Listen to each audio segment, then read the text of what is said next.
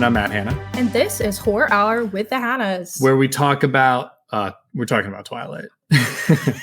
In the wise words of Bodies, today's episode is a podcast about hanging out with your smartest and funniest friend.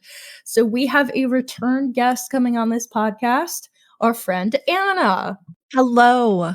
I don't know what you're talking about. I screamed several times, Matt. Out of pure excitement and enjoyment. No, that is what kind of scream it was. We were texting each other while watching, so there's just like a bunch of messages in like weird caps. Well, unprofessionally, I did not get a rewatch in, but I've seen this movie more than once. So as you should. I've seen this movie I should times. Be able to speak enough on it, but I will be leaning on you two. But that's okay. For those out there that don't know, Hannah and I think Anna are Robert Pattinson super fans. I think you guys more so than me, but... Well, I'm very happy that this movie gave him the career that it did. This and Harry Potter, but really this is what made him, gave him the money to do all the weird shit he does now that we love. Well, and when this came out, people were definitely worried that him and Kristen wouldn't really have much of a career after this. And luckily, they're both little freaks who pick good little freaky projects. She has that. I was about to say she's had a career too. They both do the same kind of projects. Do you know what her best role is, in my opinion? Her best role. Oh, it is Crimes of the Future by David Cronenberg. According to the Academy, it's Princess Diana. Of course it is. You haven't seen that, so you can't say. True. I've seen neither of those things. Also, fun fact about the Hannas, they have a framed photo of Robert Pattinson in their house. I'm looking at it right now. I was going to say that at some point. I don't know if you've shared this before, but... It's very possible. Yeah, it's important. It's very funny. We moved it. It used to be kept over the cat's litter box, but then we did like a new photo display above our desks. And it's like a bunch of travel photos and then a D&D related poster and then Robert Pattinson. It's a very funny display. He fits right in. Appropriate. He looks good. And he has like the cutest little background. Like it's him in front of like a wall of flowers. It's so cute. I love him. Anyway, we picked Anna for this episode. One, because she's our smartest and funniest friend. Duh. But also because Anna and I went to Forks, Washington together. And that is just which is where this movie takes place. Yes. Yeah, we did. We have a picture in front of the sign. And we didn't say this, but we're covering Twilight. You did say this. No. I didn't say why we're covering Twilight. Oh, continue. we are covering Twilight, and the reason why is because Nosferatu is probably out by the time this releases. Matt, God damn it. I can't. It is, right? Yeah, it is. You're such a dingbat. Why don't you pay attention to the release schedule? Out. So January is Vampire January. Yeah. Nosferatu was the inspiration for Vampire January. And we'll see which is the better vampire movie, Twilight or Nosferatu. It's a toss-up, probably. We all know our answer. Yeah.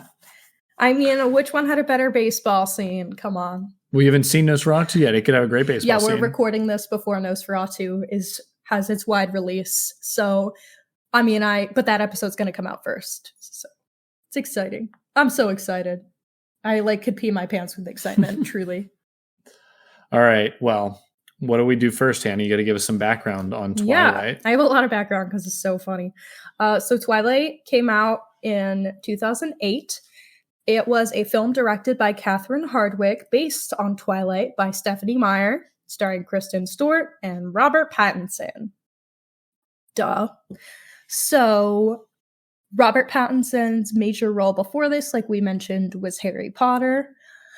And then he got these, and this is what catapulted him into fame. Kristen Stewart had been in a few things when she was younger. She's in Panic Room with Jodie Foster, which is huge. So she already had a bit of a name for herself. And she was cast when she was only 17 and started filming at 17, which is super fun. But I have a ton of goofy background for this movie that I'd like to get into.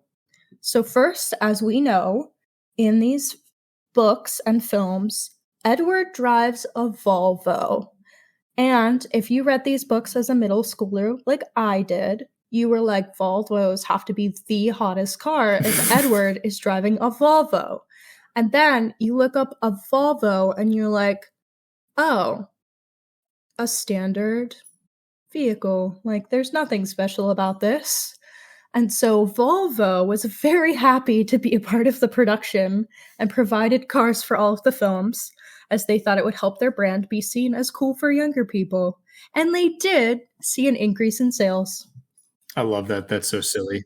I also thought that, like, it really seems like his car should be fancier. They have no expenses. Carlisle is I almost called him Carlton. I've been watching a lot of Psych. Carlisle is a doctor. Like, they have a ton of money. Why does he drive a Volvo? Drive something cool. I'm sorry, Volvo, but like... Yeah, I guess it's like to like fit in, but like no young person is driving a brand new Volvo either. So he really needed like a bigger piece of shit. Emmett's is a Jeep, which is very Emmett and I think fits in pretty well. And then Rosalie actually did spend money because she has like a sick, hot convertible, because apparently Rosalie likes cars. But it's like, yeah, if this bitch is getting a convertible, why couldn't Edward get better than a Volvo? And even the Jeep is expensive. Yeah, I like that they make it look dirty, though, so it looks like it's not as expensive. All right, enough car talk. He does off-road, that's true. Fine. I actually have more car talk. Oh my god, all right, go ahead. Robert Pattinson learned to drive for this movie. He's such a diva. I love him. I saw that. He got an Oregon driver's license for this movie. Well, because also, even if he did know how to drive, like, he would know how to English drive, which is the wrong kind of driving for this country. Yeah, and for most of the world, so this was useful for him. I thought that was so funny. I was like, I love you so much, sir. Robert Pattinson has also made it clear throughout all of his interviews for Twilight and the future films and anything he does now where people bring up Twilight that he hated Edward. Like, he despises these movies and Edward. He repeatedly has described Edward as a creep and a freak and a weird old man. He loves it. All true, though. And I love that for him. I mean, just because he's physically 17 does not mean that he is not 100 years old. I don't know, in this movie, it's definitely not as bad in the books, but in this movie, I'm like, oh yeah, this is like a temperamental 17-year-old going through puberty. I get it. He is. I feel like he's a lot more old-fashioned in the books. I don't know, Hannah, if you have this as a background fact, because I don't read your notes, but we do have to remember that Stephenie Meyer was a Mormon, and I feel like it's very in the text. Yes. And like, so some of the even creepiness of the character, I honestly, I think might come from her experience within that religion. As we know, at one point, like, polygamy specifically for men with multiple wives was like expected, right? Or maybe it was not frowned upon.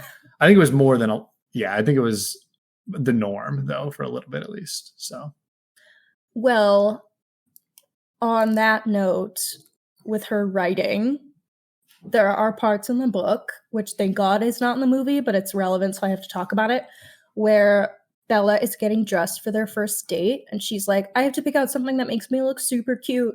She puts on like a blue blouse and a ankle-long khaki skirt.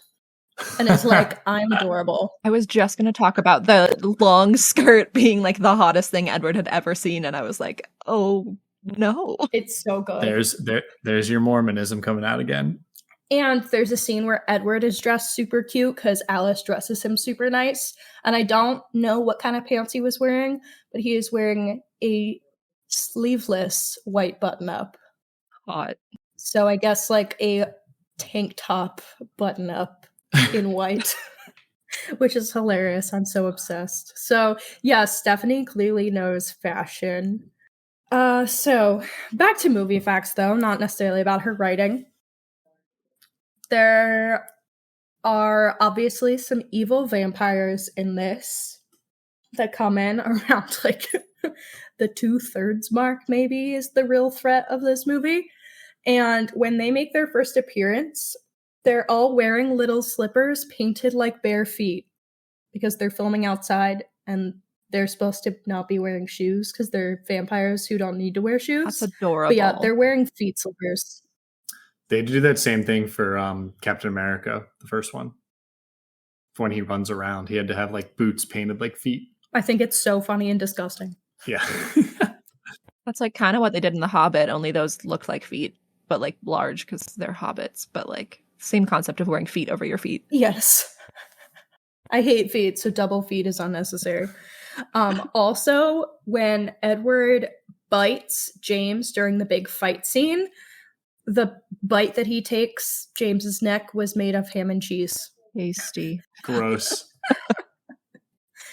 And a few fun facts about some of the romance scenes, and these bring me just like such an immense amount of joy.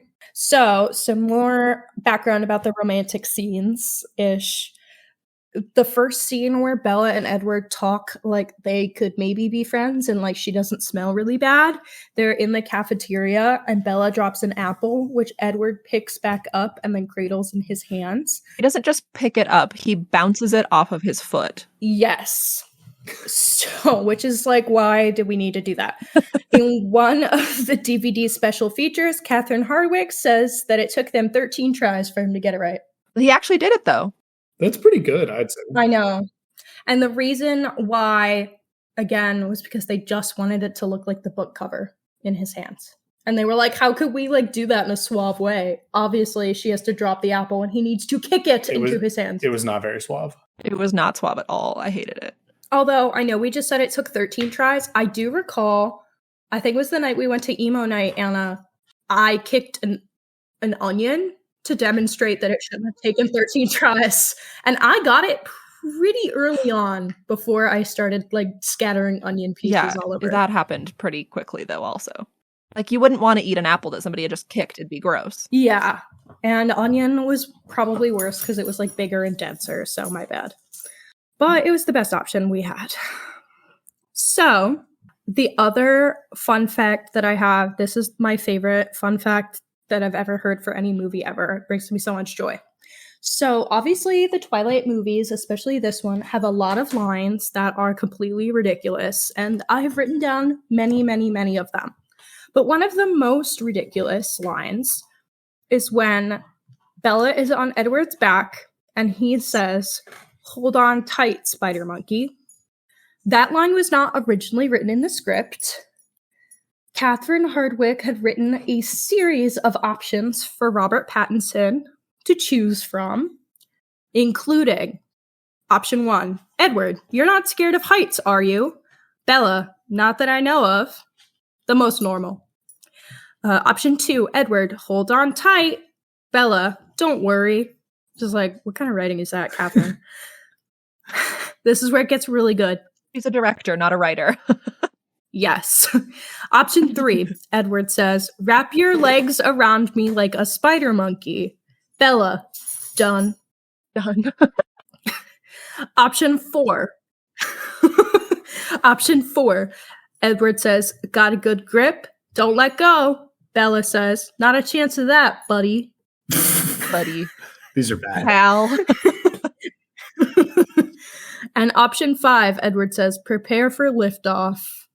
And there's no Bella dialogue. So instead of going with any of those, he went with he went with perhaps the weirdest option of Spidermonkey and adapted the hold on tight and the wrap your legs around me like a spider monkey into hold on tight, Spidermonkey. Incredible. Genius. We love it. And that's why they pay him the big bucks. It's beautiful.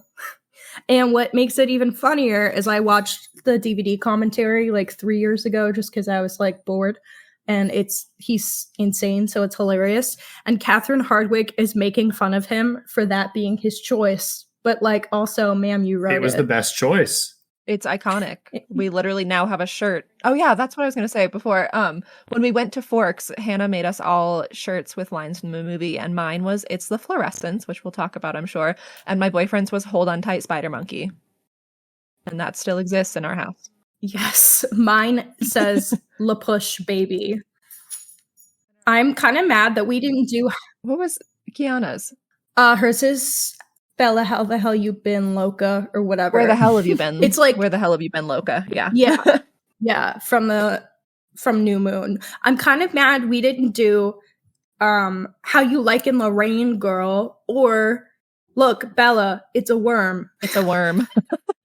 Or just I Cat. love Bella, look, it's a worm. Yeah, Cat is very good also. But no one would understand the reference of that one. No. So, yeah, we'll post the shirts on Instagram because I think it did a good job. They're very funny. I don't have one because I didn't go on the trip. Yeah, sucks to be you, dude. Yeah, lame. Well, it looks like, I'm not reading your notes, but it looks like we got even more facts still. No, we actually don't. That's all my fun facts. That's all of them? Oh, wow. Yeah. You just have so much text. Okay. Yeah, I have a lot of notes because this movie's insane. Anna, did you have any crazy fun facts that you came across that you wanted to share before we move on? I mean, this isn't crazy, but I didn't know that Kristen had to wear contacts through the whole thing because her eyes are green naturally. So she had to wear like dark contacts. And then when she becomes a vampire, obviously, spoilers, sorry, she has to wear like red contacts and then gold contacts. So she is constantly wearing contacts in this. And I just assumed it was always the vampires. And Rob is always wearing contacts too because his eyes change between like gold and black. But actually, he doesn't wear contacts. It's just the fluorescence. Well, yeah, you're so right. Oh my God. Yeah. All right. Well, are we good to do some 15-second summaries? Yes. Okay. I'm Can I so go happy. first Yeah. and you do the timer? Yeah. Okay. I'm ready. Oh, she's looking at her text instead. All right. No, I'm not. Okay. All right, let's do it. Go. All right. A girl moves to a town where she meets a vampire family and falls in love with vampires, and they play baseball, and then they kill a vampire. Wow, that was beautiful. So quick. I really like that you included the most important scene, which was baseball. Yep. It really is the most important. All right, do you want to let Anna go and you'll go last? Yeah. All right, you put your timer away. You crazy, loco. I have my timer up. Okay. 3, Anna. 2, 1. And so the lion fell in love with the lamb, and the lamb was stupid, and the lion was masochistic. Is that good? Hey. Beautiful. That was yeah, good. that was very good. That apparently that line was like there was beef because isn't it from the book though? They like it's in the book, and Stephenie was like, "I need this line word for word in the movie." Fun personal fact: this is why reading that in middle school is why I know the word masochistic. So, thanks, Stephenie. That's so beautiful. Mm-hmm. A literary genius for the children. A vocabulary queen. Okay, I can do it. Ready, Matt? Yes, Time ready, go. We think that Edward just thinks Bella's smelly, but in fact, she is his own personal brand of heroin, and he thinks she smells extra good. Is that a plot summary? I'll give it to you. But Can I just say your own personal brand of heroin is a ridiculous concept? That's just heroin. Heroin is heroin for everyone. Yes, heroin is extremely addictive for all. That's my hot take about drugs. You make a valid point. Yeah, it's written by someone who's never been near heroin. Probably, yeah. Wow. Very Mormon, like doesn't even drink coffee, yeah. Yeah, she doesn't understand coffee, let alone heroin. God, I love the Mormons. All right. Wow, we've had so many Mormon-themed things recently. I know, Heretic. Between Heretic and Twilight. That's so many. I feel bad making fun of them, but I feel bad like just straight up being like, yeah, this is very much like coded in Mormonism, but like there's just such an obvious like feel to something that is like Mormon. They're very nice people, but also some bananas ass nonsense. I mean, there's a reason why that was the religion that Book of Mormon chose to mock, because it does stand out as being a little weirder than some of the other options that they could have written about. They were like, this applies to all religions, but we're going to get a lot of shit if we just go with Catholicism, so we have to go with the Mormons. Oh, whackity schmackity. But like the overall meaning appeals. Yeah. While our show, Horror Hour with the Hannahs, delves into the scares and terrifying twists of horror films, The Invitation, a new novel by Stephen T. Thomas, offers the same pulse-pounding suspense in novel form. The story focuses on Brittany Barnes, who is still grappling with the emotional scars and financial strain left by her father's tragic passing 2 years ago. When she receives an unexpected invitation to a lavish dinner party hosted by the wealthy Mr. Carl Cummings, she is thrust into a series of harrowing tasks designed by Mr. Cummings to test her bravery, morality, and the very essence of what it means to truly live. I got a chance to read an early copy of this book, and it shines in its pacing. The action picks up very quickly and keeps the pages turning as the stakes escalate. Fans of Saul will recognize familiar tropes woven into the story, which is very fun.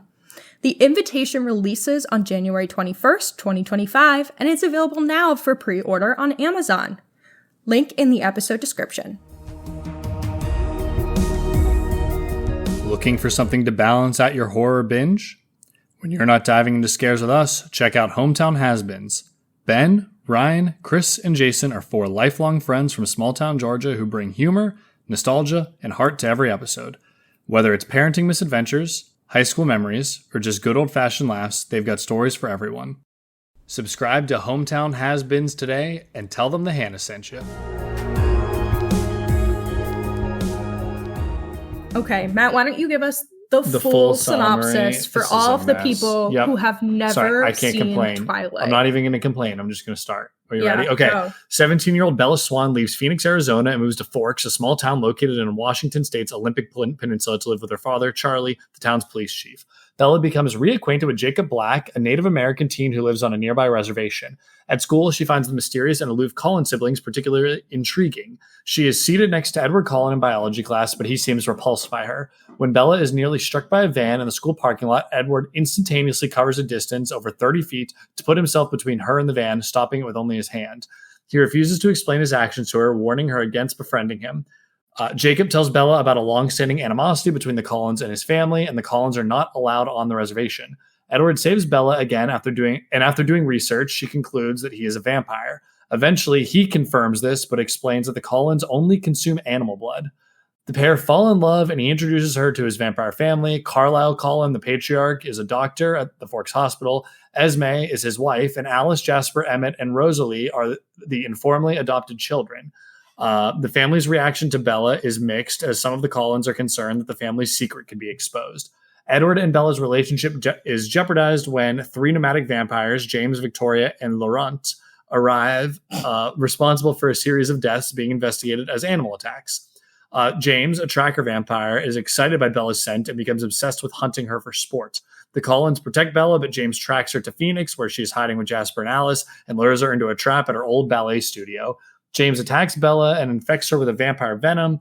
The Cullens arrive and kill James, decapitating and burning him, as Edward removes the venom from Bella's wrist, preventing her from becoming a vampire. Then in the aftermath, Edward accompanies an injured Bella to prom, where he refuses her request to transform her into a vampire. They are unaware that James's mate, Victoria, is watching them, plotting revenge for her lover's death. And also secretly becoming Bryce Dallas Howard. Yes. Good point. Hashtag not my Victoria. That was a choice. Nepo baby. Well, it turns out she was... I actually do like her, but... Me too. I'm standing by the Nepo baby allegations. She was actually offered the role to begin with and said no because it was too small of a part. But then... What a diva. Yeah. She's not even good enough at her job to be that like, choosy. Much of a diva. My dad's Ron Howard. I'm not going to be in Twilight. Hasn't she? Has she not been up for Oscars, or is that? I don't know. No, that's Jessica Chastain who looks. You just all read it. She's also a director, though. She directs now. Okay. Yeah, she directs like a bunch of Star Wars shit. Oh, yeah. I did know that. Yeah, and she directed a bunch of like Mandalorian and stuff. I did not know that. Good for her. But yeah, I guess the original actress, the studio was like, oh, she has conflicts with filming, so then they offered it to Bryce again, and Bryce was like, okay, sure. But then the original actress was like, wow, that's news to me. That sucks. So we don't really know what happened. Oof. Yeah, it's pretty fucked. We don't actually know. Well, apparently Catherine Hardwicke wanted Henry Cavill to play Edward, but by the time it got around to filming, he was too old. Yeah, that is crazy. I think Stephenie Meyer wanted him too. Or maybe is that who it was? I don't know. Yeah, it was one of them or both of them, which is just like absolutely crazy because what the fuck? Yeah, because Henry Cavill would be Edward. It just doesn't compute to me. I think Robert Pattinson's so beautiful. I think our Pats really brought it home. He did. Yeah. He did. So normally we now would go into our general reactions to the film. And I think that's pretty clear. We all 3 of us think this is a perfect work of art and peak cinema. Cinematic masterpiece. Notes. I did not say that. Are you sure? I thought you said it. You thought it. We knew. I heard him. So I will say, to everyone's surprise, I do kind of like this movie. I think we knew that. It's not that I like it. I think that Robert Pattinson is actually very good in it, surprisingly, and still gives like a good performance. I think the issue with this movie is that the writing and direction are fucking crazy. So a lot of what they ask Rob to do, he's performing it how he's being told to and how it's written, but they want him to be a fucking crazy person. Mm-hmm. And they want him to be a freak. Yeah, and it like you're like, why would she love him when he's acting like this in public? No, I don't ask why would she love him. I ask why would he love her? Because she sucks. She is completely bland and uninteresting. Details too that we're missing is like he can read. She's kind of funny. No. He can read everyone's mind but hers. So like there's inherently something interesting about her because he doesn't understand her. Gag. Yeah, but also like just because that like she can be intriguing and not be the love of his life that he's been waiting for decades. She also smells good. That's true. Even though he looks like he's gonna barf. I think that Kristen Stewart is a good actor. And she's horrible in these. And like, she was a horrible miscast in these because everything that makes her a good actor is also kind of like repulsing as a love interest. Yes, I agree. Like, does that, yeah, I'm trying to say it's the mannerisms. And that's why she was really good in Crimes of the Future, which I highly recommend. It's like her natural like shakiness and like uncomfortableness and really weird little freakiness works really well when she's not expected to play the lead actress love interest in what is basically like a romantic drama comedy about vampires and baseball. And like a YA. Yeah. It just doesn't work. And she's also pretty in real life, but she's fugly looking in this, and I don't think it's her fault. I don't think she's fugly, but fugly. Well, she also, I mean, her mannerisms for sure. She like, I think her neck is like partially broken for all of this because she can't hold her head up, and she also chews off her lips. Mm-hmm. Like it's so distracting how often she just bites she also her like mouth. Shakes her head a lot, like she is seizing or like robot malfunctioning. That's part of the neck being broken. Yes. And maybe it's not fugly. I think it's like the personality. The personality she puts forward in this one is what like makes me think she's fugly. Well, it's just bland as fuck. It's like very why? bland. It's the directing, I would say, because I don't like obviously Kristen Stewart and Rob are good actors, but I think they just were like, okay, just say these words. Like you don't need to have any inflection. You're fine. Just say them. And then for him, they're like, okay, take it to like you're at a 5. We need you at a 9.5, Rob. And then he's just like, you think you can outrun me? Like screaming. Well, she couldn't. So I feel like she is trying to like show this like underlying horniness that she has as this character. And it's just not actually coming across the way. There's one scene where it comes across, and that's when they're making out in her room. No, I'm talking about her mannerisms, all of her mannerisms, I think, are the like hidden horniness. Because that's kind of what I'm going to say Crimes of the Future. That's what they use it as. She's like really obsessed with Viggo Mortensen's character in that. And she like basically like corners him in a room and is like doing the mannerisms. And she's like an obsessive fangirl. And it makes total sense. I feel like that's what's like trying to come across in here. And I don't know if it's either they were like, stop doing that. And like, it was just suppressed, or she just like didn't have it yet. I mean, also Bella is incredibly horny. So Bella is so horny, and Edward's like, I am pure. Stop trying to corrupt me. Do you feel what I'm putting down? We're not married. How dare you? About her performance, or no? No, I can see what you're talking about without having seen that movie. Yeah, it's hard for me to gauge what is off. I definitely think the lip biting is supposed to be. Yes, that's one of my points. No, she's like awkward. You know, she's quirky. I'm not like other girls. I do think though, like a lot of exactly. She's not like other girls. But although like all of the other boys also are in love with her, and that's not just Edward. Like everyone is obsessed with her. But it like the weird off-puttingness I think goes away or like gets less in the later movies. And I'm wondering what exactly changed, whether it was the writing, the directing, whatever it was. I definitely like they make drastic improvements in a lot of realms, including and especially the running. But the issue is this is like the best movie. No, it's not. No, it's not. It's not? I disagree. This movie is trash heap in a lot of ways. And I think like people, It's the best and the worst, I would say. Yeah, like no, New Moon's the worst. No, it's not. New It's Moon actively is not the worst movie. It's not. It's the worst book. It's definitely the worst book. Boring. Yeah, by super far. I hate the movie. I think as a movie, it's actually better. I think Eclipse is a bad movie. Okay, so the best one is Breaking Dawn Part 1. Honestly, I don't know if I remember Eclipse. That's fine. A lot of people hate Breaking Dawn Part 1, but that's my favorite because they get married and they get to bang, and they both obviously wanted that. He wanted the marriage, she wanted the bang, so you're happy for them. And then he looks so gorgeous in that movie. Like that's his best look, like drooling, BRB, need a break, too hot. He apparently crashed a boat during the filming of that. That tracks so hard. He was like, please free me from this franchise. Do you think if I break enough things that they have to pay for that they'll fire me? They'll let me leave, they'll fire me. If you told me that like he in these later movies was like trying to get fired, I would believe you. By like just performance as well. In this one, the meadow scene makes it look like he's trying to get fired. But again, it has to be the writing and the directing. Like 100%. He was being told to be crazy. And funnily enough, it like definitely, I think it works for him because it makes him, but it makes him interesting. Mm-hmm. It like makes him. I'm saying Robert Pattinson. Like you watch this for him now. Yes. And it's like to just see this absurd performance. It almost feels like he's like phoning it in, but it's like. He was like, you guys are so annoying. I'm going to go the most over top. Well, that's why he said Spidermonkey. Like, he was like, fuck this. It's amazing that he stayed. Fun fact, the idea for Twilight was found, or Stephenie Meyer had a dream of two people laying in a field, and that was essentially the start of it. It's beautiful. Wait. She was also really into vampires because of My Chemical Romance. Because we can trace the rise of Robert Pattinson all the way back to 9/11. Because, and Anna, I don't know if you know this, but basically Gerard Way wanted to be a stand-up comedian.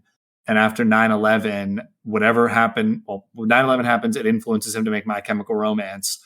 And then Stephenie Meyer writes Twilight as a fanfic of My Chemical Romance and Gerard Way.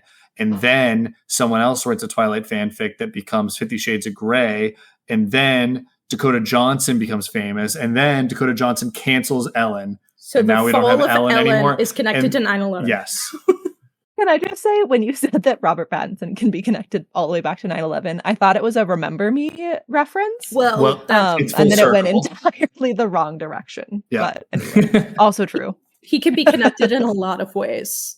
And now that Ellen is canceled, all of these minor celebrities aren't getting like eaten up and disappearing. They're all having their fucking Hawktua coin and podcasts. When shit, you're right. Typically, Ellen, when you would have gone on Ellen, you have your 15 minutes and it's over. You're out of there. We lost our apex predator in the fucking brain rot. The food chain is off. The food chain's completely off. We need a new Ellen, or we need we need to bring Ellen back. She was doing really important work.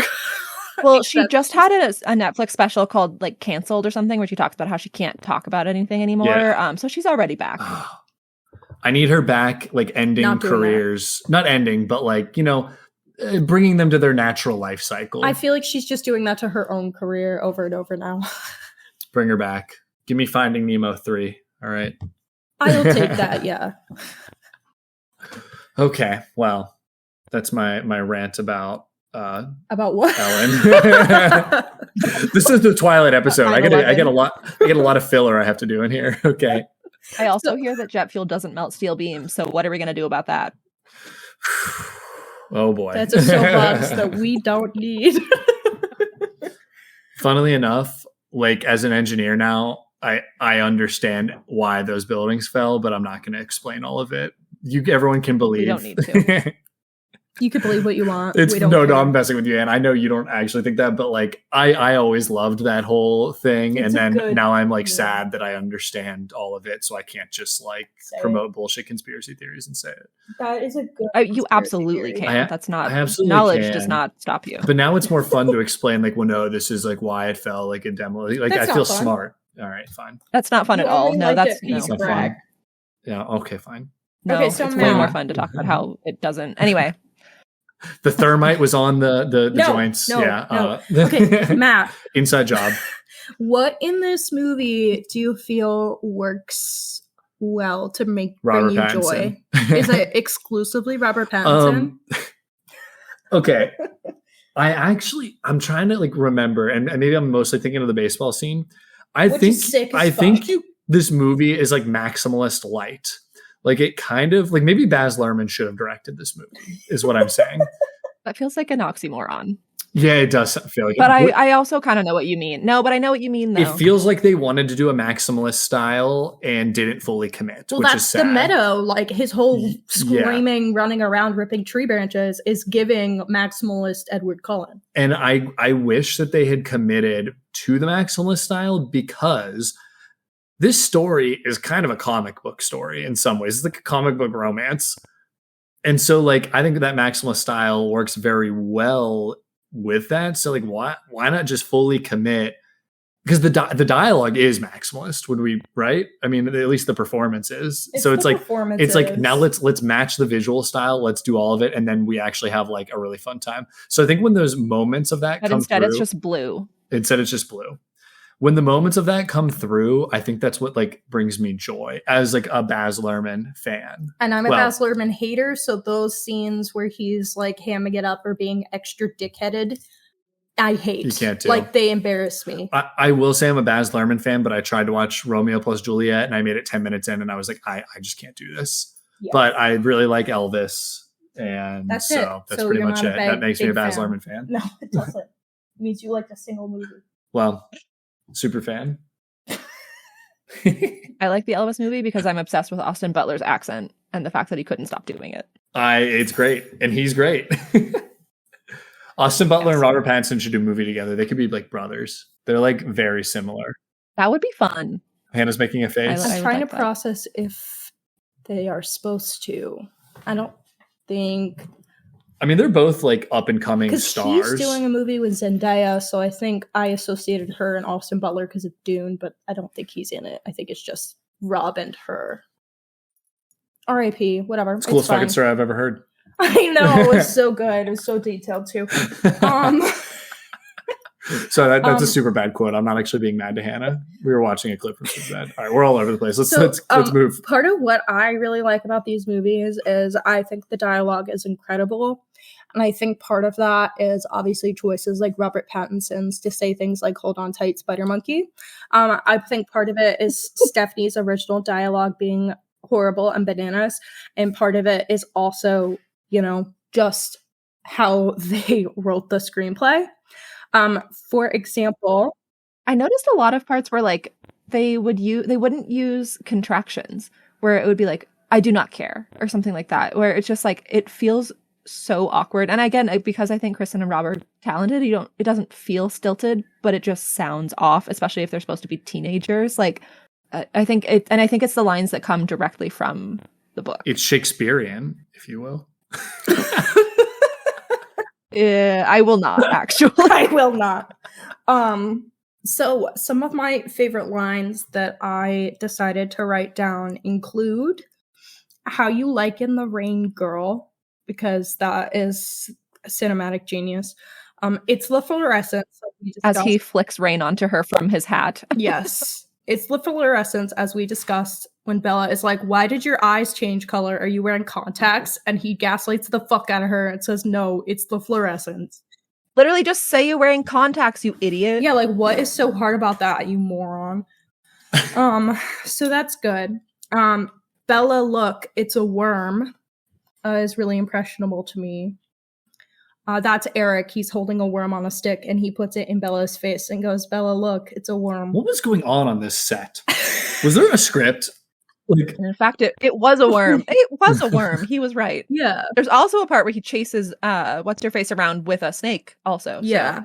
Eric was having a ton of fun. He's consistent. That actor was thriving. I think they like hired all these actors and they were like, "We don't really know what to do." And they were all just like, "Well, I got to get my paycheck." It's so this is gonna be the next Harry Potter. I mean, they're supposed to be high schoolers on a field trip. They are gonna mess with each other, I feel like it's appropriate.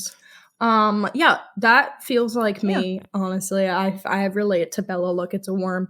I also like when they're talking about going to La Push for the weekend, to like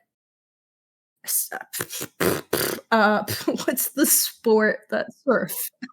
Surf? Sorry. Not editing that. Yeah. What's the sport? Yeah, they go to surf and they're like, La Push, baby. That's genius writing. It's Yeah. La Push.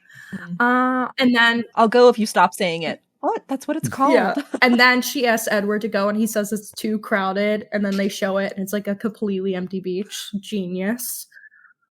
Immediate cut to, empty. Incredible. At the restaurant, she's like, you're really not gonna eat? And he says, I'm on a special diet, and then smirks. Which I love the writing.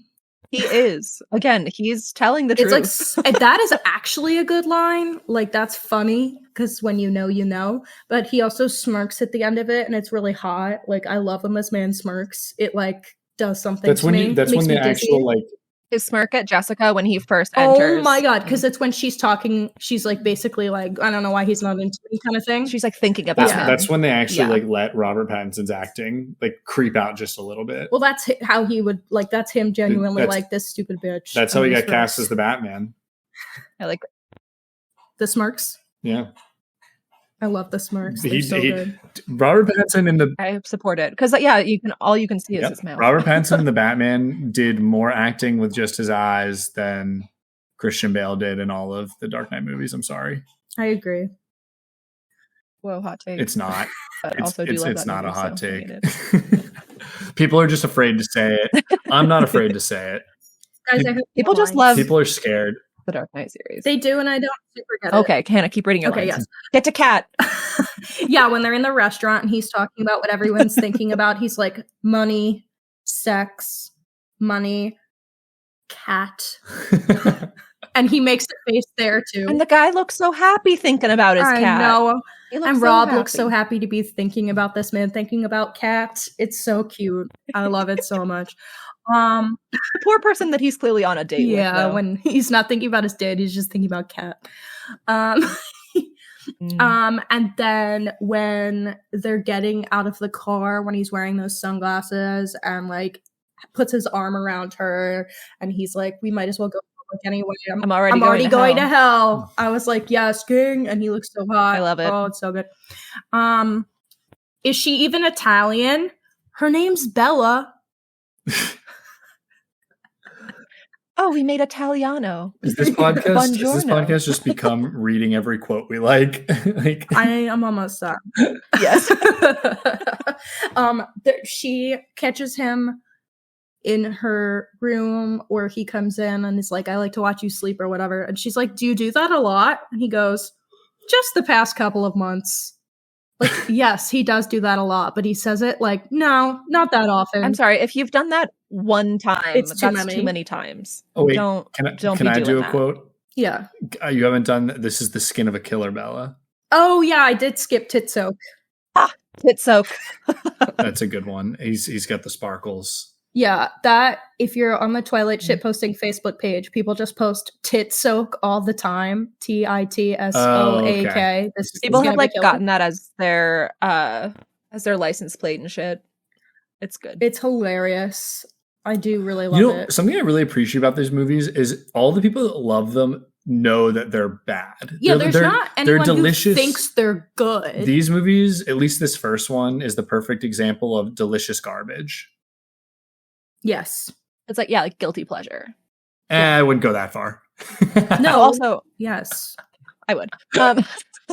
I have two actual like a good and a bad. One, the soundtrack of this movie, incredible. Banger after banger, including Bella's Lullaby. Oh yeah, I did see a fun fact about that. The woman who played Rosalie secretly recorded Robert Pattinson playing it because he's the one who wrote it, and then showed it to the producers, and they were like, "Oh yeah, we're gonna put that in the movie," and then they made like a really recording. Cool. I think what happened is he did write Bella's Lullaby, and then they went with Carter Burwell's version, which is the one in the final cut. But because she had recorded Rob, that's why they had some of his songs. So he sings.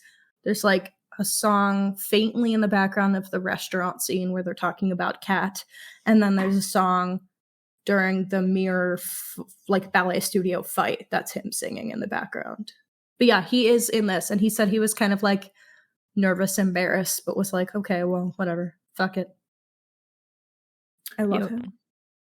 But also so something that I really hate is whenever the vampires, especially, I guess I can't really remember in the next ones, but in this one, whenever they try to be intimidating or like growl, it's the worst thing I've ever seen. They sound like they're hissing like cats at times, and it's like described.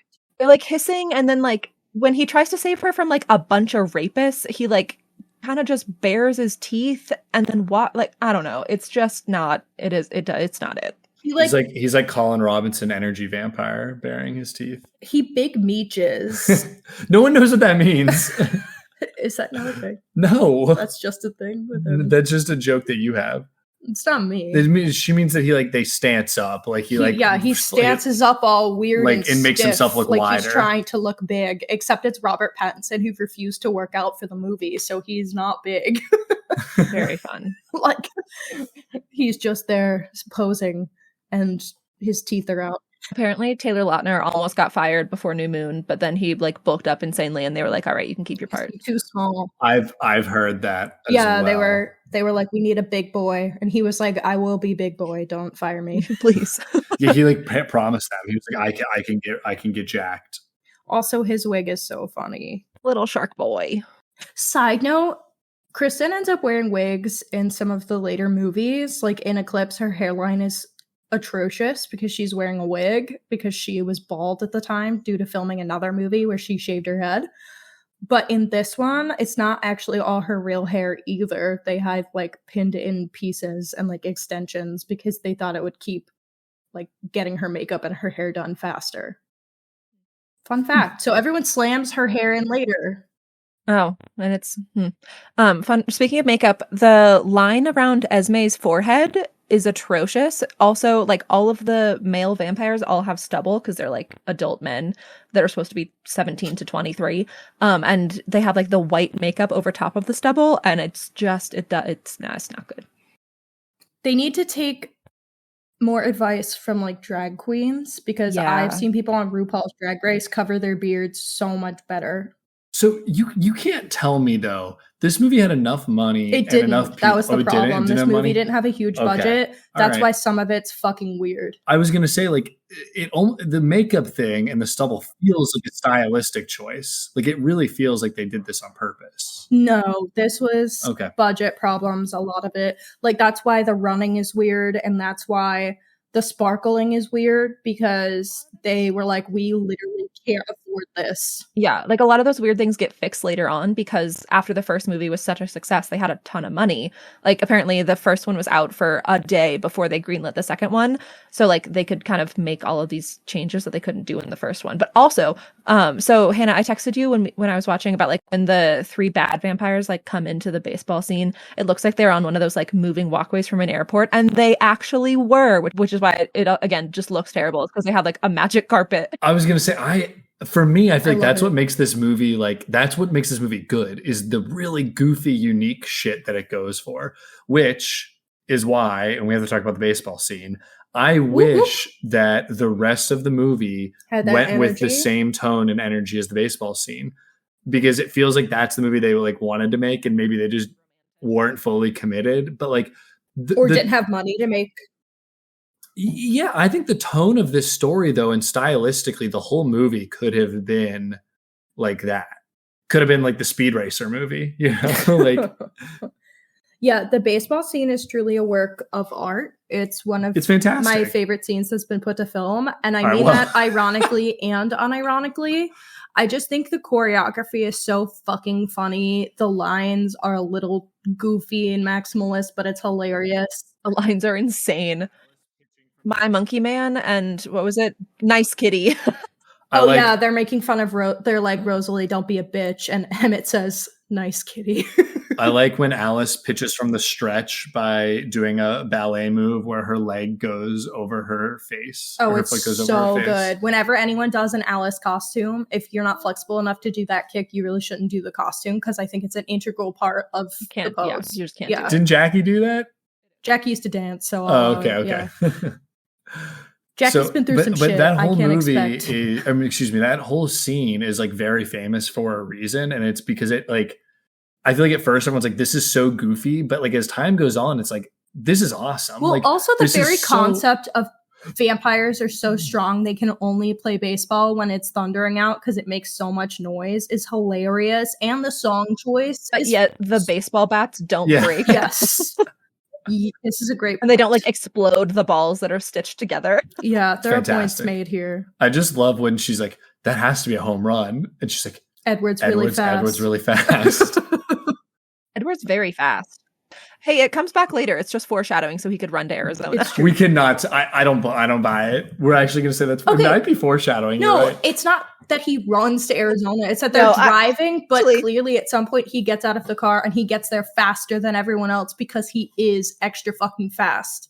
Like his skills include fast run and read mind, but like Emmett's skills are buff. Which is also fucked up because like, yeah, Emmett's skill is buff. Rosalie's skill is pretty, even though they're all supposed to be buff and pretty. And then Esme just doesn't get anything, which she has incredible restraint, Rosalie. No, it's true. She's never eaten a person. Wow. The rest of them have all eaten a person, except Esme hasn't. Esme gets nothing. Esme does get nothing. She's just a mom. Yeah, which is lame and has bad makeup apparently. Feels very misogynistic that the ladies don't get cool stuff. Mormonism. Well, except for Alice and eventually Bella. Well, Bella's is boring. Bella's is like, you just can't read my mind. I know it's like a shield. I know it's predicting her being a shield. That clearly, I don't think it was on purpose though. I feel like she wrote that in later because she was like, huh. Well, why she know mind read? It's fun. Yeah. Anyways, yes, when the baseball scene came on, I literally texted Hannah and said, yes, finally at the best sports scene in cinema. It's true. Like, it, honest to God, might be. It's literally so funny. Also, we have to talk about before the baseball scene. Right before is when she introduces her dad to Edward. And Charlie is sitting there, like, polishing his gun while drinking beer. And then she's like, Dad, I want you to meet him. And so he, like, the gun. Says, all right. And then, like, snaps it together and then says, bring him in. Yeah, it's Charlie's so good. The best. He's such a good dad. Well, he's actually not that good of a dad, but like he tries a lot now. He's trying his best. Yeah, yeah. It's how do you feel? This is like an ethical question, maybe. Does ACAB include Charlie? Yes. I kind of think it does, but I don't want it to. Yeah, I know, but it for sure does. Stereotypical. My boy is part of the system, although he is small town cop. So like. Yeah, they don't have a lot of funds going into that. So maybe. Yeah. No. Yeah, not much tax money going there. Yeah, really not. I mean, they don't even have like an autopsy tech. Like Carlisle does the autopsy. He's still part of the system, so. Yeah, they have like 2 doctors and like a single cop. If Frances McDormand in 3 Billboards, if Fargo counts as ACAB, then so does he. All right. Oh yeah, I guess Frances McDormand is also in 3 Billboards Outside Ebbing, Missouri, but she is not a cop in that one. Although in that one, for sure, ACAB. For sure. Oh, yeah, for sure, ACAB. But also, that movie is actually funny. Also under that. God, that movie is weird. I like it, that movie is massive. Thematically, I like it, but I love Sam Rockwell so much. Sam Rockwell getting like a redemption is weird in that movie. It don't make no sense. I don't think that he's fully redeemed though. This is a conversation for another movie, but I don't think he like fully is redeemed. You don't think he's anyway, fully? I think no. Yeah. Okay. I'll have to think about it. Maybe I'll have to watch it. He might be redeemed a little too much. Is the problem? But he's still shit for the acts that he commits. Yeah, it's like one of the ones where like you can redeem characters for doing horrible things, but unfortunately the things that he does in it are just like so obscene that it's a little hard. But you're right, it's not a full redemption. He's like maybe on his way to it. Yeah, that's the thing. Is like he'll never actually be redeemed. Progress, not perfection. You know, like you want to give him at least a little credit for moving forward in his life and like Good learning, point. you know, and that's all you can really do. Yeah. You're right. All right, off of that movie and back to Twilight. Are there other things we want to talk about liking, or can I do a theme? I had a Wait, one more question thing. for you guys. Oh, yeah. yeah. Yeah, go ahead. Oh, the architect of their house, it's gorgeous. I do have one question though. Edward's room is on the second floor and he just has a pair of French doors that open into nothing. And I get that he's a vampire and he can just like jump out it onto a tree or whatever with his little Spidermonkey love, but the architect wasn't a vampire, right? Like that exists and you just want people to walk off off a ledge? I'm trying to think of in the book if they like mention that they built the house. Because if they built the house, then they wouldn't need a deck. Or they could have been like, we're putting in a deck later, just give me the French doors. But if they bought a pre-existing house there, then I 100% could see Edward being like, that's not fun, get rid of this deck. Take it away. Or like, he's been to college how many times? He's like, the engineering of this deck is horrible, get rid of this. Sure. Anyway, yeah, I love their house. I want to live in it. We did sort of see it in Oregon, but also not really because they have the street blocked off because it's actually a residence, which, yeah. Yeah, so we got like as close as we could like ethically get to someone else's house without being super weird or crossing into their property. So it was like a glance, but it was cool in person still. Also, I don't know if this is a hot take or not, but like you bought a house that's very famous from a movie, kind of lean into it. Like let it happen. I don't know. Maybe that's not the right take, but I think it's annoying. Anna, I think it's crazy to live in it. Like I would use it as an Airbnb and make fucking bank. Absolutely, that's the thing. Yes. In Florida, I went to where he did it to him. You guys know what I'm talking about? No, where he did it to him. Well, there's a famous meme where there's this guy and he's like in this just like random fuckboy outfit. And he posted it and said, I had to do it to him. And it went like mega viral. And the address is on Facebook. It's just like a public street. So I went with some people and the owners were not happy. And I was like, I'm on their sidewalk and it's like a public road. And they just were bitching. And I was like, you guys are dumb. Like I'd be signing autographs. Had this thing set up I'd have a cameraman here and charge you for a photo, but instead they just came out and yelled at us. Have like fake tan so that people can get the sock tan line.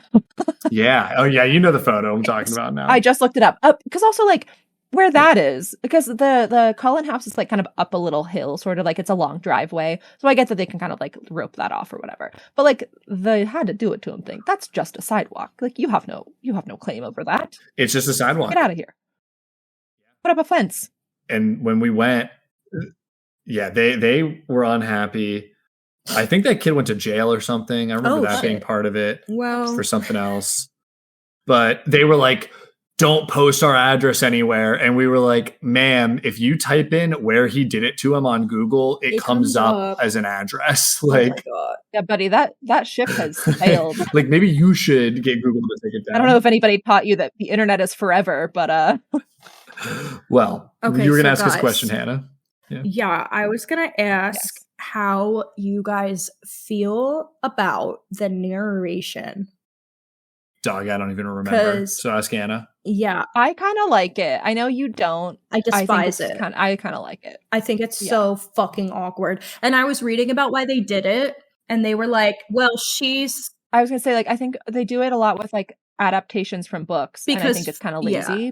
But they're like it's also first person in the book, so we needed Bella's thoughts, except they only do it in the very beginning, and the dialogue is mostly stupid, and then they do it, like, one time in the middle and like one time towards the end, like where she says death is peaceful, easy, life is harder, which like I like the line, but I never gave much thought about how I would die. Yeah, it's like I don't mind the lines how they're written towards the end, but I would say like the whole opening sequence of narration is fucking painful to me.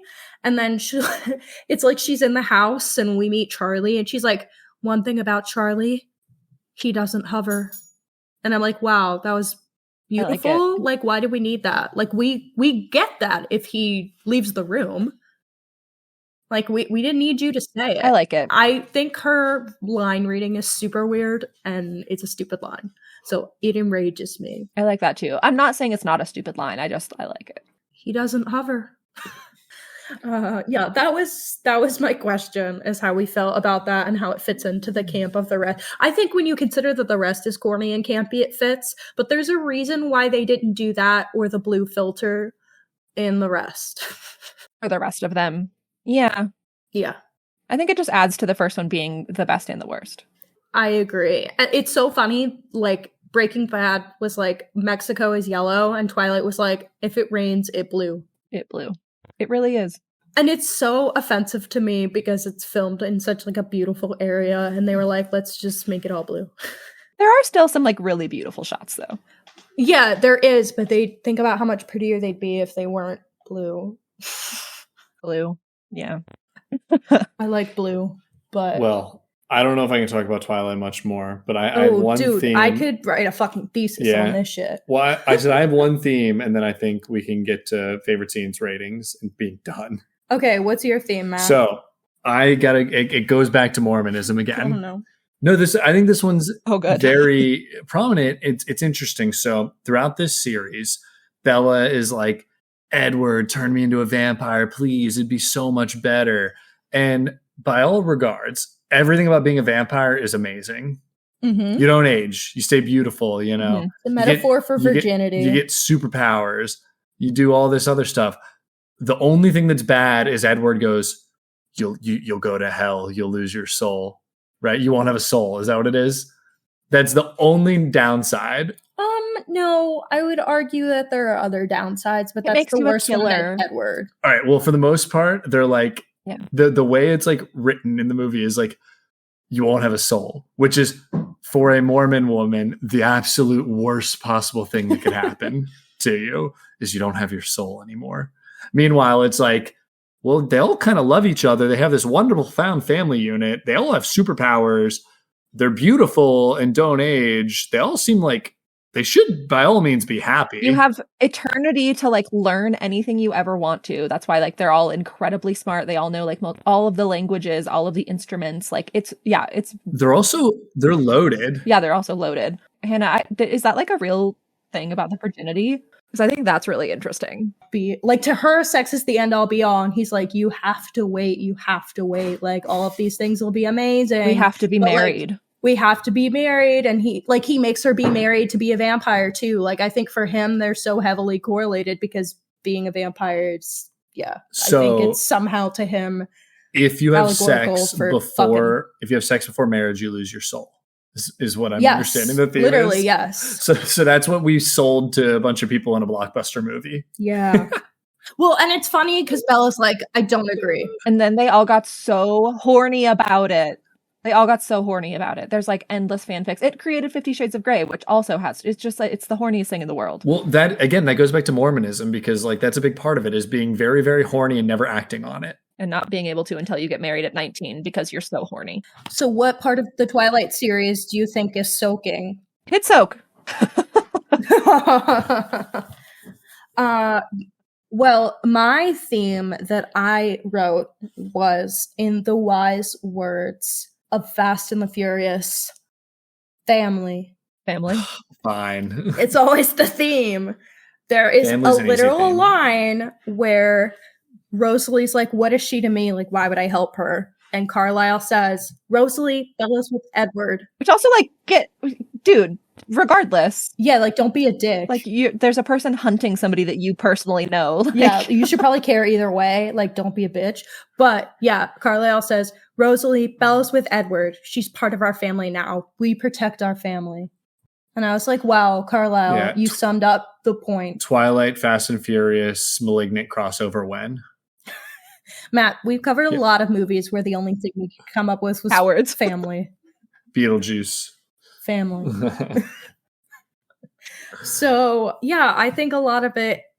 And for Bella, she's never really felt seen or like she fit in anywhere. And that's a lot in the books where she literally says, like, I was meant to be a vampire, but I think it's even clear in this stupid movie where she is so fucking awkward and doesn't know how to speak to literally anyone until she meets this group of people, and suddenly she feels like she has a place in the world. And for her, it's her found family. I see it. Which some would argue is just because she's not 14 anymore, and once you're not 14 anymore, you get better at being a person. But or it could be vampires. So who's to say, really? Yeah, who's to say? Also, it just sucks that like she doesn't feel super like she fits in with her family, but like she is Charlie. Like she is Charlie Jr. So, ma'am, you fit right into that household. But okay. CJ. So all cute. right. Are we ready to we are everyone's favorite scene is the baseball scene. Anna, what's your theme? Do you have any? No, but incorrect. I mean, obviously baseball for sure, but like also oh my god, I just had something and then it fully left my brain. Damn it, bitch. Oh my god, You Think You Can Outrun Me, of course, is gonna be like up there. That scene embarrasses me too much. I get way too much secondhand embarrassment. Yeah, that's fair. I have a video of my boyfriend who recreated it when we were in Olympic National Park in Washington. And he even ended it with sparkling. And I really just feel like I can't not say that one. Okay, I have to say, I think I was like 85% of the reason why that video happened, because I remember being like, you're the man here, you do this. And that video, despite being extremely accurate, gives me the ick so bad. But it's also because the scene in the movie gives me the ick so bad that like now I associate Keaton with the ick. Sorry, Keaton. Congrats on getting into med school, buddy. Yay. Dr. Ick to you. Yes. Yeah, no, mine's the baseball scene because cinema. Hell yeah. All right, let's rate this thing. I can't do it anymore. I don't know how to rate it. I'm giving it 75 out of 10. If I'm going to give it a legitimate score, it's a 5.5 out of 10. Delicious garbage. Delicious garbage. Higher than I was expecting from you, Matthew.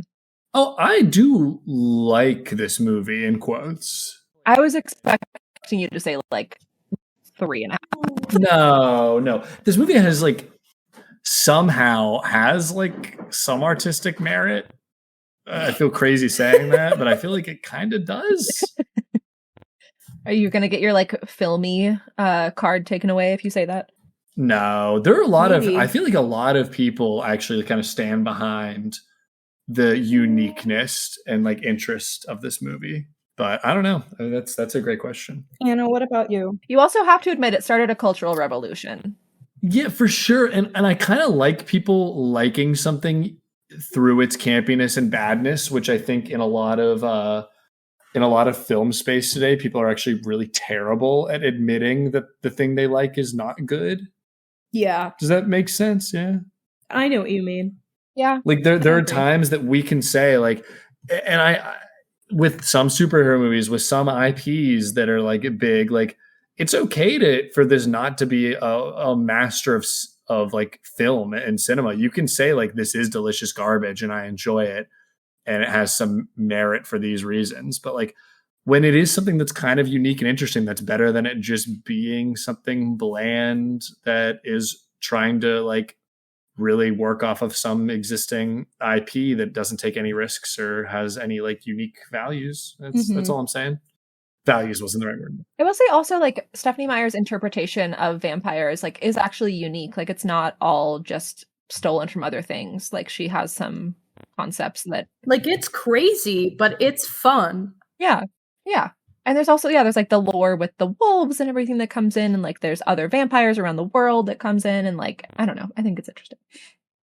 But what we won't give her praise for is creating tribal culture that doesn't exist to them.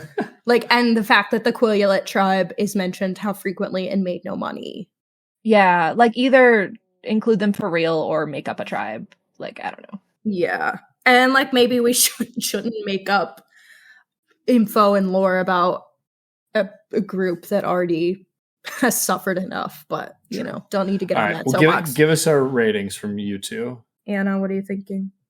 I don't know. Because like in my heart, it deserves like a 9.5, but in my actual brain, it's like a maybe 7.7.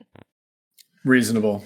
I was gonna say from a film reviewer perspective, that holds a lot of weight, that title right there. Okay. A film reviewer podcaster. Yeah. I bought a microphone. You have a duty. You have a duty to the public. I think this movie is genuinely more enjoyable than like half of the movies that we've watched, even if I like remove my nostalgia. So from that regard, I want to give it like a 6. Yeah, maybe 6.5. That's probably, yeah. But in my heart, I also would go like 9.5 because it brings me like such a crazy amount of joy. Yes. Like Keaton fucking knows how like hype I was over going to Forks, Washington, because I was an irritant about it, because like this movie is just so fucking funny to me, and anything about it is hilarious. So, well, yeah, it's a great movie, great film, highly recommend. Should watch. I think that about does it. So Anna, thank you for joining us again. I have a very whiny dog here that needs some attention. So okay, go give him attention. Don't call me a dog. No, you. Talking about Norton on the ground whining at me. So I think it is. That's all. I've said everything that needs to be said until we get to New Moon. I don't know when we'll get back to that. Next year, January, next Vampire January. Whenever we have a lull, we'll just bring you back for New Moon. I'm always around to talk about New Moon. Next time you're in Philly in person. Yeah, it is easier. Well, who knows when the fuck that'll be. I'm done here. And again, Anna, thank you very much for joining us. So I've been Matt Hanna. Thanks for having me. I've been a giant Twilight superfan. And this is Horror with the Hannas. Thank you very much. La push, baby. Thank you for listening to Horror Hour with the Hannas. Make sure to listen to future episodes on Spotify, Apple Podcasts, Amazon Music, iHeartRadio, or wherever you can find podcasts. You can follow us at Horror Hour with the Hannas on TikTok and Instagram for more content. If you like the podcast, please follow and leave a review on your favorite podcasting app. Happy hauntings!